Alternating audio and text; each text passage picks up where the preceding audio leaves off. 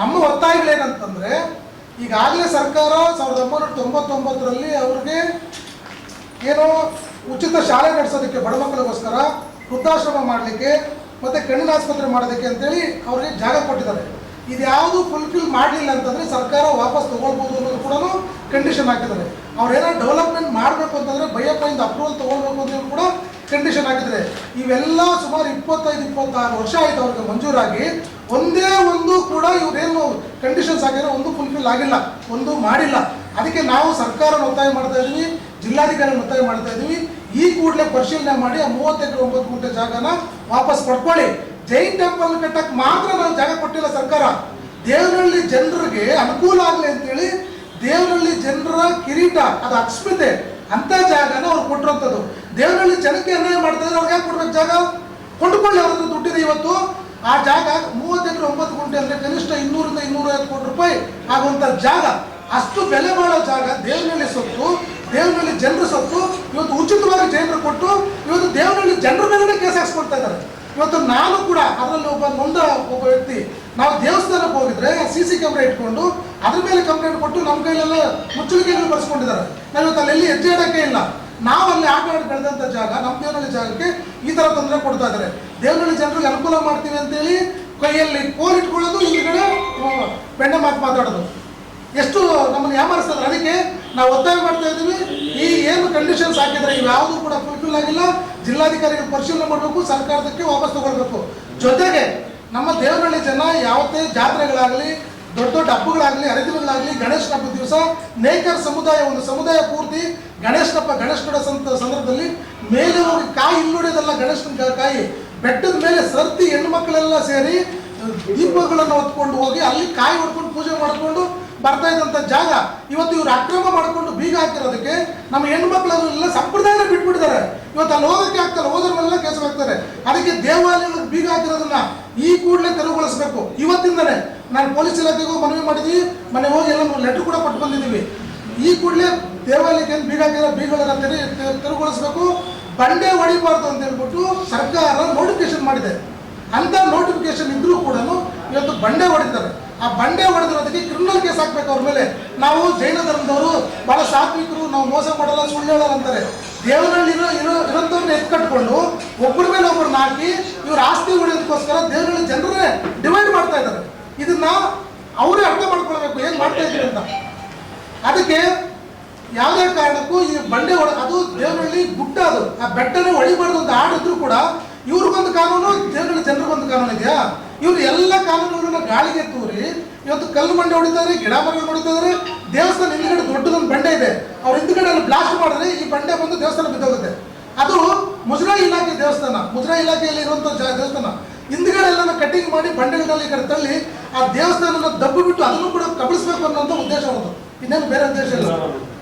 ಈ ಹುನ್ನಾರ ಮಾಡಿ ಇವತ್ತು ಎಲ್ಲರಿಗೂ ಕೂಡ ಯಾಮರ್ಸ್ಕೊಂಡು ಯಾರು ಹೊಸಬರು ಶಾಸಕರಾಗಿ ಬಂದರೆ ಅವ್ರಿಗೆ ಕರೆಯೋದು ಬೆಟ್ಟದ ಮೇಲಕ್ಕೆ, ಅವ್ರನ್ನೆಲ್ಲ ಕುಂಡಿಸ್ಕೊಳ್ಳೋದು, ಅವ್ರಿಗೊಂದು ಹಾರ ಹಾಕೋದು, ಸುಮ್ಮನೆ ಸುಳ್ಳು ಹೇಳಿ ಅವ್ರಿಗೊಂದು ಮಂತ್ರ ಹೇಳ್ಬಿಟ್ಟು ಹಿಂಗೆಲ್ಲ ದೇವನಹಳ್ಳಿ ಅವ್ರು ತೊಂದರೆ ಕೊಡ್ತಾವ್ರೆ ನಮಗೆ ಅಂತೇಳಿ ದೇವನಹಳ್ಳಿ ಜನರ ಮೇಲಿನ ಸುಳ್ಳು ಹೇಳಿ ಅವ್ರಿಗೆ ಅವ್ರ ಮೈಂಡ್ ಪರಿವರ್ತನೆ ಮಾಡಿಕೊಂಡು ಆಯ್ತು ನಾವು ಮಾಡ್ಕೊಡ್ತೀವಿ ನಿಮಗೆ ಅನ್ನೋ ಥರ ಭರವಸೆ ತಗೊಂಡು ಕಳಿಸ್ತಾ ಇದ್ದಾರೆ. ಅವ್ರಿಗೆ ನಿಜ ಸಂಗತಿಗಳನ್ನು ಸತ್ಯನ ಹೇಳ್ತಾ ಇಲ್ಲ, ಆರ್ಡರ್ ಕಾಪಿ ಕೊಡ್ತಾ ಇಲ್ಲ ನಮಗೆ ಏನು ಕೊಟ್ಟಿದ್ದಾರೆ ಜಾಗ ಅಂತ. ಮೊದಲು ಕೊಟ್ಟಿರೋ ಜಾಗ ಇಲ್ಲಿ ಅಡ್ಡೋಟಲ್ ಇದೆ, ಅದು ಜೈನ್ ಟೆಂಪಲ್ ದೇವಸ್ಥಾನ. ಅವರು ಆ ಪಾಪ ಸ್ವಾಮೀಜಿ ಸತ್ತೋಗ್ಬಿಟ್ರು. ಆ ಟ್ರಸ್ಟ್ ಕೊಟ್ಟಿರೋ ಜಾಗನ ಇವ್ರು ಬಂದು ಸೇರಿಕೊಂಡು ಈ ಬೆಟ್ಟ ಇಟ್ಕೊಂಡು ಅವರನ್ನೇ ಡಿವೈಡ್ ಮಾಡಿಕೊಂಡು ದೇವನಹಳ್ಳಿ ಜನರಿಗೆ ಕಣ್ಣಿಗೆ ಮಣ್ಣೆರಿಸ್ತಾ ಇದ್ದಾರೆ. ಅದಕ್ಕೆ ನಾವು 15 ದಿನ ಕಾಲಾವಕಾಶ ಕೊಡ್ತೀವಿ. ನಾಳೆ ಕ್ಯಾಬಿನೆಟ್ ನಡೀತಾ ಇದೆ, ಕ್ಯಾಬಿನೆಟಲ್ಲಿ ಕೂಡ ಇದ್ರ ಬಗ್ಗೆ ಚರ್ಚೆ ಆಗಬೇಕು ಅಂತ ನಾವು ಮಂತ್ರಿಗಳ ಹತ್ರ ರಿಕ್ವೆಸ್ಟ್ ಮಾಡಿದ್ದೀವಿ. ಯಾವುದೇ ಕಾರಣಕ್ಕೂ ಪಾರಿವಾಳ ಗುಡ್ಡ ಜಾಗವನ್ನು ದೇವನಹಳ್ಳಿ ಜನರಿಗೆ ಉಳಿಸ್ಬೇಕು. ಇಲ್ಲಿ ದೇವನಹಳ್ಳಿ ಟೌನಲ್ಲಿ ಯಾವುದೋ ಒಂದು ಪಾರ್ಕ್ ಇಲ್ಲ, ವಯೋವೃದ್ಧರು ಯಾರು ವಾಕಿಂಗ್ ಮಾಡೋಕೆ ಒಂದು ಜಾಗ ಇಲ್ಲ, ಹೋಗಿ ಕೂತ್ಕೊಂಡು ಮಾತಾಡೋಕೆ ಒಂದು ಜಾಗ ಇಲ್ಲ. ಅದು ಬೆಟ್ಟ ಸುತ್ತು ಒಂದು ವಾಕಿಂಗ್ ಟ್ರ್ಯಾಕ್ ಮಾಡಬೇಕು, ದೇವಸ್ಥಾನಕ್ಕೆ ಹೋಗಿ ಬರೋದಕ್ಕೆ ಅನುಕೂಲ ಮಾಡಿಕೊಡ್ಬೇಕು. ನಾಳೆ ಕ್ಯಾಬಿನೆಟಲ್ಲಿ ಇದನ್ನು ತೀರ್ಮಾನ ಮಾಡಿ ಅದನ್ನು ವಜಾ ಮಾಡಬೇಕು ಅಂತೇಳಿ ಒತ್ತಾಯ ಮಾಡ್ತಾರೆ. ಏನು ಮಂಜೂರಾಗಿದೆ ಅವ್ರಿಗೆ ದೇವಸ್ಥಾನಕ್ಕೆ ಅವ್ರಿಗೆ ಬೇಕಾ? ಎಲ್ಲರೂ ಒಂದು ಕಡೆ 2 ಎಕರೆ ಕೊಡಲಿ ಅವ್ರಿಗೆ. 30 ಎಕರೆ ಅವಶ್ಯಕತೆ ಇಲ್ಲ, ಜೈನ ಟೆಂಪಲ್ ಕಟ್ಟಕ್ಕೆ 30 ಎಕರೆ ಬೇಕಾಗಿಲ್ಲ, 1 ಎಕರೆ ಅವ್ರು ಕೊಡಲಿ. ಇನ್ನು ಉಳಿಕೆಂದು ದೇವನಹಳ್ಳಿ ಜನತೆ ಕೊಡಬೇಕು. 15 ದಿನದೊಳಗಡೆ ಇದನ್ನೆಲ್ಲನೂ ಕೂಡ ದೇವಸ್ಥಾನದ ಶ್ರೀ ಆಂಜನೇಯ ಸ್ವಾಮಿ ದೇವಸ್ಥಾನದ ಹೆಸರು ಮಾಡಲಿಲ್ಲ ಅಂದರೆ ದೇವನಹಳ್ಳಿಗೆ ಬಂದು ಕರೆ ಕೊಡ್ತೀವಿ, ಉಗ್ರ ಪ್ರತಿಭಟನೆ ಮಾಡ್ತೀವಿ, ರಸ್ತೆ ತಡೆ ಮಾಡ್ತೀವಿ. ಪ್ರತಿಯೊಂದು ಮನೆಯಿಂದನೂ ಮಗು ಸಮೇತ ತಂದೆ ತಾಯಿ ಯಾರೇ ನಿಂತಿದ್ದಾರೆ ಎಲ್ಲರೂ ಕರ್ಕೊಂಡೋಗಿ ಪಾರಿವಾಳ ಗುಡ್ಡ ದೇವಸ್ಥಾನದಲ್ಲಿ ಕುಡ್ಬೋದು ನಾವು. ಅದು ಮಂಜೂರು ಹಾಕಿ ನಮ್ಮ ಇದು ಕೊಡೋವರೆಗೂ ನಾವು ಯಾವುದೇ ಕಾರಣಕ್ಕೂ ಬಿಡೋದಿಲ್ಲ. ಇದು ನಮ್ಮ ಈಗ ಎಲ್ಲರೂ ಚರ್ಚೆ ಮಾಡ್ತಾ ಇದ್ದೀವಿ. ದೇವನಹಳ್ಳಿ ಟೌನಲ್ಲಿರುವಂಥ ಮತ್ತು ತಾಲೂಕಲ್ಲಿರುವಂಥ ಎಲ್ಲ ಸಂಘಟನೆಗಳು, ಕನ್ನಡ ಪರ ಸಂಘಟನೆಗಳು, ರೈತ ಪರ ಸಂಘಟನೆಗಳು, ದೇವಾಲಯ ಅಭಿವೃದ್ಧಿ ಸಮಿತಿಗಳು ಮತ್ತು ಎಲ್ಲ ಪಕ್ಷಗಳು, ಕಾಂಗ್ರೆಸ್, JDS, BJP ಏನೇನು ಪಾರ್ಟಿಗಳು, BSP ಸೇರಿ ಎಲ್ಲ ಪಕ್ಷಗಳು ಕೂಡ ಕೂಡಿಸ್ಕೊಂಡು ಇದೊಂದು ಉಗ್ರ ಚಳುವಳಿಯನ್ನು ಮಾಡಕ್ಕೆ ಹೊರಟಿದ್ದೀವಿ. ಇದನ್ನ ಅಷ್ಟು ಈಸಿಯಾಗಿ ಬಿಟ್ಬಿಡಲ್ಲ. ಅವ್ರು ಅಂದ್ಕೊಂಡಿರ್ಬೋದು ಏನೋ ದೇವನಹಳ್ಳಿ ಯಾರನ್ನ ಯಾಮಾರಿಸ್ಬಿಟ್ರೆ ಆಗ್ಬಿಡ್ತದೆ, ಮುನ್ರಾಜನಿಗೆ ಆರೋಗ್ಯ ಸರಿ ಇಲ್ಲ, ಇವ್ರು ಯಾರೋ ಕೆಲವ್ರು ಮಾತ್ರ ನೋಡ್ತಾರದು, ಅವ್ರ ಮೇಲೆ ದೆಪ್ಪರ್ ಹಾಕ್ಸ್ಬಿಟ್ರೆ ಭಯ ಪಟ್ಬಿಡ್ತಾರೆ ಅಂತೇಳಿ ದೇವನಹಳ್ಳಿ ತಾಲೂಕಲ್ಲಿ ಗಂಡಸರಿದ್ದಾರೆ, ದೇವನಹಳ್ಳಿ ತಾಲೂಕಲ್ಲಿ ಸ್ವಾಭಿಮಾನಿಗಳಿದ್ದಾರೆ, ದೇವನಹಳ್ಳಿ ಟೌನಲ್ಲೂ ಸ್ವಾಭಿಮಾನಿಗಳಿದ್ದಾರೆ. ಎಲ್ಲರೂ ಮಾರಾಟಗಾರಲ್ಲ, ಯಾರ ಕೆಲವರು ಮಾರಾಟಗಾರ ಇರ್ಬೋದು, ಎಲ್ಲರೂ ಮಾರಾಟಗಾರಲ್ಲ. ಎಲ್ಲರನ್ನು ಕೊಂಡಕ್ಕಾಗಲ್ಲ. ಜೈನ ಟ್ರಸ್ಟ್ನವರು ಎಲ್ಲರನ್ನು ಕೊಂಡಕ್ಕೆ ನಿಮ್ಮಿಂದ ಆಗಲ್ಲ. ದೇವನಹಳ್ಳಿ ಟೌನಲ್ಲಿ, ದೇವನಹಳ್ಳಿ ತಾಲೂಕಲ್ಲಿ ಸ್ವಾಭಿಮಾನಿಗಳಿದ್ದಾರೆ. ತಾಲೂಕಿನ ಆಸ್ತಿ ಉಳಿಸ್ಕೊಳ್ಳುವಂಥ ಶಕ್ತಿ ನಮಗೂ ಗೊತ್ತಿದೆ, ನಮಗೂ ಕಾನೂನು ಗೊತ್ತಿದೆ. ನಾವು ಸಂವಿಧಾನದ ಅಡಿಯಲ್ಲಿ ಕಾನೂನುಬದ್ಧವಾಗಿ ಹೋರಾಟಗಳನ್ನು ಮಾಡ್ತಾ ಇದ್ದೀವಿ. ನೀವು ಕಾನೂನನ್ನು ಬಿಟ್ಟು ಕಾನೂನು ದುರುಪಯೋಗ ಮಾಡಿಕೊಂಡು ಸುಳ್ಳು ಹೇಳಿ ಯಾಮಾರಿಸಿ ರಾಜಕಾರಣ. ಅಮಿತ್ ಶಾ ಫೋನ್ ಮಾಡಿದ್ರು, ನಮಗೆ ನರೇಂದ್ರ ಮೋದಿ ಫೋನ್ ಮಾಡಿದ್ರು, ಸುಳ್ಳು ಹೇಳ್ಕೊಂಡು ಯಾರ್ಯಾರ್ದು BJP ಕೆಲವರು ಹೆಸರು ಹೇಳ್ಕೊಂಡು, ಕಾಂಗ್ರೆಸ್ ಮಂತ್ರಿಗಳ ಹೆಸರು ಹೇಳ್ಕೊಂಡು, ಅಧಿಕಾರಿಗಳಿಗೆಲ್ಲ ಫೋನ್ಗಳು ಮಾಡ್ರಿ ಬೇಗ ಮಾಡ್ರಿ ಅಂತೇಳಿ ಸುಳ್ಳು ಹೇಳಿ ಅದರಿಂದ ಮಾಡಿಸ್ತಾ ಇದ್ದಾರೆ. ಎಲ್ಲ ಆದೇಶ ಕಾಪಿಗಳು ನಮಗೆ ಸಿಕ್ಕಿದೆ. ಅದಕ್ಕೆ ನಾವು ಇದ್ರ ಮೂಲಕ ಕಾನೂನು ಹೋರಾಟನೂ ಮಾಡ್ತೀವಿ, ಜನ ಸಂಘರ್ಷ ಯಾತ್ರೆನೂ ಮಾಡ್ತೀವಿ, ಪ್ರತಿಭಟನೆಗಳು ಮಾಡ್ತೀವಿ, ರಾಷ್ಟ್ರೀಯ ಹೆದ್ದಾರಿ ಬಂದ್ ಮಾಡ್ತೀವಿ. 15 ದಿನಗಳ ಕಾಲಾವಕಾಶ. ಯಾವುದೇ ಕಾರಣಕ್ಕೂ ನಿರ್ಲಕ್ಷ್ಯ ಮಾಡಬಾರ್ದು. ನಾವು ಶಾಸಕರು ಮತ್ತು ಸಚಿವರಾದಂಥ KH ಮುನಿಯಪ್ಪ ಸಾಹೇಬ್ರ ಒತ್ತಾಯ ಮಾಡಿದ್ದೀವಿ, ಯಾವುದೇ ಕಾರಣಕ್ಕೂ ಅವ್ರು ಮಂಜೂರು ಮಾಡಿಕೊಡ್ಬಾರ್ದು ಅಂತ. ಇದು ನಮ್ಮ ಮುಂದಿನ ನಿಲುವು. ದಯವಿಟ್ಟು ಎಲ್ಲರೂ ಸಹಕರಿಸಬೇಕು. ಕರಪತ್ರಗಳೆಲ್ಲ ಹೊಡಿಸ್ತೀವಿ, ದಿನಾಂಕಗಳನ್ನು ನಿಗದಿ ಮಾಡ್ತೀವಿ. ಇದನ್ನ ಯಾವುದೇ ಕಾರಣಕ್ಕೂ ಬಿಡೋ ಪ್ರಶ್ನೆ ಇಲ್ಲ.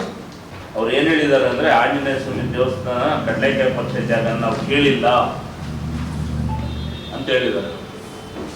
ಕಡ್ಲೆಕಾಯಿ ಪಕ್ಷ ಜಾಗ ನಾವು ಕೇಳಿಲ್ಲ, ನಮ್ಮ ಮೇಲೆ ಅಪಪ್ರಚಾರ ಮಾಡ್ತಾವ್ರು ಇವರು ಅಂತ ಹೇಳ್ತಾರೆ. ಈಗಾಗಲೇ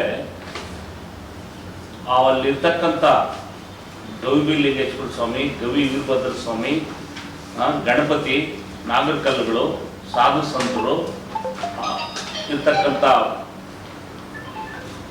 ಜಾಗ, ಆಂಜನೇಯ ಸ್ವಾಮಿ ಕಡ್ಲೆಕಾಯಿ ಪಕ್ಷದ ಜಾಗ, ಅಷ್ಟು ಜಾಗ ಸುಮಾರು 30 ಎಕರೆ 9 ಗುಂಟೆ ಅವ್ರು ಕೊಟ್ಬಿಟ್ಟಿದ್ದಾರೆ. ನಾವು ಅದ್ರ ಬಗ್ಗೆ ಯಾವುದೇ ಚಕಾರ ಇರ್ತಿಲ್ಲ.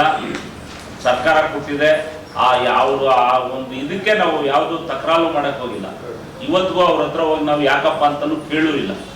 ನಮಗಿರ್ತಕ್ಕಂಥ 157ರಲ್ಲಿ 2 ಎಕರೆ ಜಾಗದಲ್ಲಿ ಇರ್ತಕ್ಕಂಥ ಗವಿ ಬೀರಲಿಂಗೇಶ್ವರ ಸ್ವಾಮಿ, ಗವಿ ವೀರಭದ್ರ ಸ್ವಾಮಿ, ಗಣಪತಿ, ನಾಗರಕಲ್ಲುಗಳು ಮತ್ತು ಸಾಧು ಸಂತರ ಬೃಂದಾವನಗಳು, ಅಲ್ಲಿ ಪೂಜೆ ಮಾಡೋದಕ್ಕೆ ಅವಕಾಶ ಕೊಡ್ರಿ ಅಂತೇಳಿ ಪೂಜೆ ಮಾಡೋದಕ್ಕೆ ನಾವು ಹೋದಾಗ ಅವರು ತಡೆಗೋಡೆ ಕಟ್ಟಿದ್ರು. ಅಂದರೆ ದೇವಸ್ಥಾನಕ್ಕೆ ಹೋಗ್ತಿದ್ದಂಗೆ ತಡೆಗೋಡೆ ಕಟ್ಟಿದ್ರು. ಆ ತಡೆಗೋಡೆನ ಅಧಿಕಾರಿಗಳೇ ಹೇಳಿ ತಿರುವು ಮಾಡಿಸ್ಕೊಟ್ರು. ಅದಕ್ಕೆ ದಾಖಲೆ ಇದೆ, ನಿಮಗೆ ಕೊಡ್ತೀನಿ. ಅಧಿಕಾರಿಗಳೇ ನಿಂತ್ಕೊಂಡು DC ಅವರೇ ಬಂದಿದ್ರು, GS ನಾರಾಯಣಸ್ವಾಮಿ ಅವರು, ಅವರೇ ಈ ದೇವಸ್ಥಾನಕ್ಕೆ ಹೋಗಕ್ಕೆ ಗೋಡೆ ಕಟ್ಬಿಟ್ರೆ ಹೆಂಗ್ರಿ ಹೋಗ್ತಾನೆ ಅಂತೇಳಿ ತಡೆಗೋಡೆಯನ್ನ ತೆರವು ಮಾಡಿಸ್ಕೊಟ್ರು. ಅನಂತರ ಆ ದೇವಾಲಯದಲ್ಲಿ ಪೂಜೆಗಳು ನಡ್ಕೊಂಡು ಬರ್ತಾ ಇತ್ತು. ಇತ್ತೀಚೆಗೆ ಅವ್ರು ಏನು ಮಾಡಿದ್ದಾರೆ ಅಂದರೆ, ಆ ದೇವಸ್ಥಾನಕ್ಕೆ ಡೆವಲಪ್ಮೆಂಟ್ ಮಾಡೋದಕ್ಕೆ ನಾವು ಹೋಗಬಾರ್ದು ಅನ್ನೋ ಉದ್ದೇಶಕ್ಕೇನೆ ಅವರು ಆ ದೇವಸ್ಥಾನದ ಮೇಲೆ ಸ್ಟೇ ತಂದಿದ್ದಾರೆ. ಯಾರು ಅಲ್ಲಿ ಬರಬಾರ್ದು, ಅಲ್ಲಿ ಯಾರಾದರೂ ಹೋಗಿ ಪೂಜೆ ಮಾಡಿದ್ರೆ ಕಂಟೆಂಪ್ಟ್ ಮಾಡ್ತಾರೆ, ಪೊಲೀಸ್ ಕಂಪ್ಲೇಂಟ್ ಕೊಡ್ತಾರೆ. ಇವರು ದೇವಸ್ಥಾನ ಇವತ್ತು ಬಾಗ್ಲಾಕಿದೆ. ಪುರಾತನ ಪ್ರಸಿದ್ಧವಾದ ದೇವಸ್ಥಾನಕ್ಕೆ ಪೂಜೆ ಮಾಡೋಕ್ಕೂ ಬಿಡ್ತಾ ಇಲ್ಲ ಇವರು. ಅದು ಅವ್ರಿಗೆ ಸೇರಿರೋ ಜಾಗನೇ ಅಲ್ಲ. ಸರ್ವೆ ನಂಬರ್ 157ರಲ್ಲಿ 32 ಎಕರೆ 9 ಗುಂಟೆ ಇರೋದು. ಅದರಲ್ಲಿ ಬರೀ 30 ಎಕರೆ 9 ಗುಂಟೆ ಅವ್ರಿಗೆ ಕೊಟ್ಟಿದ್ದಾರೆ. 2 ಎಕರೆಯಲ್ಲಿ ಈ ದೇವಸ್ಥಾನ ಇದೆ. ಗವಿ ಬೀರಲಿಂಗೇಶ್ವರ ಸ್ವಾಮಿ, ಗವಿ ವೀರಭದ್ರ ಸ್ವಾಮಿ, ಗಣಪತಿ, ನಾಗರಕಲ್ಲುಗಳು, ಸಾಧು ಸಂತರ ಬೃಂದಾವನಗಳಿವೆ. ಅದಕ್ಕೆ ಪೂಜೆ ಮಾಡೋಕ್ಕೆ ನಮ್ಮವರು ಸ್ಥಳೀಕರು ಯಾರು ಅಲ್ಲಿ ಹೋಗದಂತೆ ಅವರು ತಡೆ ಒಡ್ಡಿ CC ಕ್ಯಾಮ್ರಾ ಫಿಕ್ಸ್ ಮಾಡಿ ಅಲ್ಲಿ ಹೋದಾದ್ಮೇಲೆಲ್ಲ ಕಂಪ್ಲೇಂಟ್ ಕೊಡೋದು. ಮತ್ತೆ ಕೋರ್ಟಲ್ಲಿ ಯಾರೋ ಭಕ್ತಾದಿಗಳು ಪೂಜೆ ಮಾಡಿದ್ರೆ ನನ್ನ ಮೇಲೆ ಕಂಟೆಂಪ್ಟ್ ಮಾಡಿದ್ರು. ನಾನು ಕಾಲ ಆಪರೇಷನ್ ಆಗಿ ಹಾಸ್ಪಿಟಲ್ ಇದ್ರು, ಆ ಕೋರ್ಟ್ಗೆ ಹೋಗೋದ ರೀತಿ ಮಾಡಿದ್ದಾರೆ ಅವರು, ಕಂಟೆಂಪ್ಟ್ ಮಾಡಿ. ಆಮೇಲೆ ಕೋರ್ಟಲ್ಲಿ, ಇಲ್ಲಿ ಸಿವಿಲ್ ಕೋರ್ಟಲ್ಲಿ ಪೂಜೆ ಮಾಡೋದಕ್ಕೆ ಅಡ್ಡಿಪಡಿಸ್ಬೇಡ್ರಿ ಅಂತ ಆದೇಶ ಆಯಿತು. ಸಿವಿಲ್ ಕೋರ್ಟಲ್ಲಿ ಪೂಜೆ ಮಾಡಿಸೋದಕ್ಕೆ ಅಡ್ಡಿಪಡಿಸ್ಬಾರ್ದು ಅಂತ ಆದೇಶ ಆದ್ಮೇಲೆ ಆ ಆದೇಶದ ಮೇಲೆ ಹೈಕೋರ್ಟಲ್ಲಿ ಹೋಗಿ ಮತ್ತೆ ಸ್ಟೇ ತಂದಿದ್ದಾರೆ. ಅವ್ರ ಉದ್ದೇಶ ಏನು ಅಂದರೆ, ಆ ದೇವಸ್ಥಾನಗಳಿಗೆ ಯಾರು ಹೋಗ್ಬಾರ್ದು, ದೇವನಹಳ್ಳಿಯವರು ಭಕ್ತಾದಿಗಳು ಪೂರ್ತಿ ಅವ್ರದ್ದೇ ಆಗಬೇಕು. ಅದಕ್ಕೋಸ್ಕರ ಅವರು ದುರುದ್ದೇಶದಿಂದನೇ ಮಾಡ್ತಾ ಇದ್ದಾರೆ. ಹೇಳಿಕೆ ಕೊಡ್ತಾರೆ, ನಾವು ಯಾರಿಗೂ ಅಡ್ಡಿಪಡಿಸಲ್ಲ, ದೇವಸ್ಥಾನಕ್ಕೆ ಫ್ರೀಯಾಗಿ ಪೂಜೆ ಮಾಡಿಸ್ಕೊಳಕ್ ಬಿಟ್ಟಿದ್ದೀವಿ ಅಂತಾರೆ.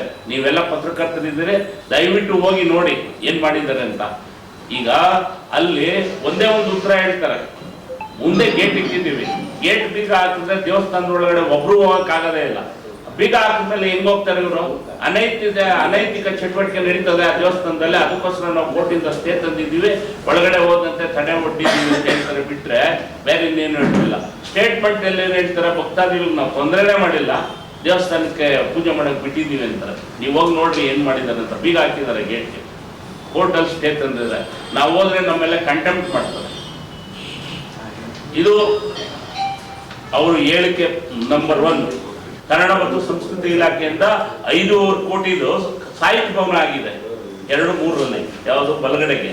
ಅದು ಬಿಟ್ರೆ ಉಳಿದಿರೋದು ಇನ್ನು 9-4 ಕಡ್ಲಾಕೆ ವರ್ಷಕ್ಕೆ ಬೇರೆ ಜಾಗ ಇಲ್ಲ. ಇವತ್ತು ಹೈವೇನಲ್ಲಿ ನಿಲ್ಲಿಸ್ತಾ ಇದ್ದಾರೆ ಗಾಡಿಗಳು. ಮುಂದಿನ ದಿನಗಳಲ್ಲಿ ರಾಷ್ಟ್ರೀಯ ಹೆದ್ದಾರಿಯಲ್ಲಿ ಗಾಡಿಗಳು ನಿಲ್ಸಕ್ ಆಗೋದೇ ಇಲ್ಲ. ಅದಕ್ಕೋಸ್ಕರ ಜಾಗ ಬೇಕೇ ಬೇಕು. 4 ಮತ್ತು 9 ಯಾವುದೇ ಕಾರಣಕ್ಕೂ ಜಾಗ ಬಿಟ್ಕೊಡಕ್ಕಾಗಲ್ಲ. ಈಗಾಗಲೇ 30 ಎಕರೆ 9 ಗುಂಟೆ ಕೊಟ್ಟಿದೆ. ಮತ್ತೆ ಯಾವುದೇ ಕಾರಣಕ್ಕೂ ಆ ಜಾಗ ಕೊಟ್ರೆ ಕಡಲೆಕಾಯಿ ಪರಿಶೀಲನೆ ಮಾಡಕ್ಕಾಗಲ್ಲ. ಅವ್ರೇನ್ ಹೇಳ್ತಾರೆ, ಅದು ಭಾಗವಲ್ಲ ಅಂದ್ರೆ ಪಕ್ಕದಲ್ಲಿರೋದು ಭಾಗ ಅಲ್ವಾ? ಈಗ ಎಡಗಡೆ ಇರೋದೇ 9. ಈ ಸ್ಥಳೀಯರು ಏನ್ ಮಾಡ್ಬೇಕು, ಎಲ್ಲೋಗ್ಬೇಕು?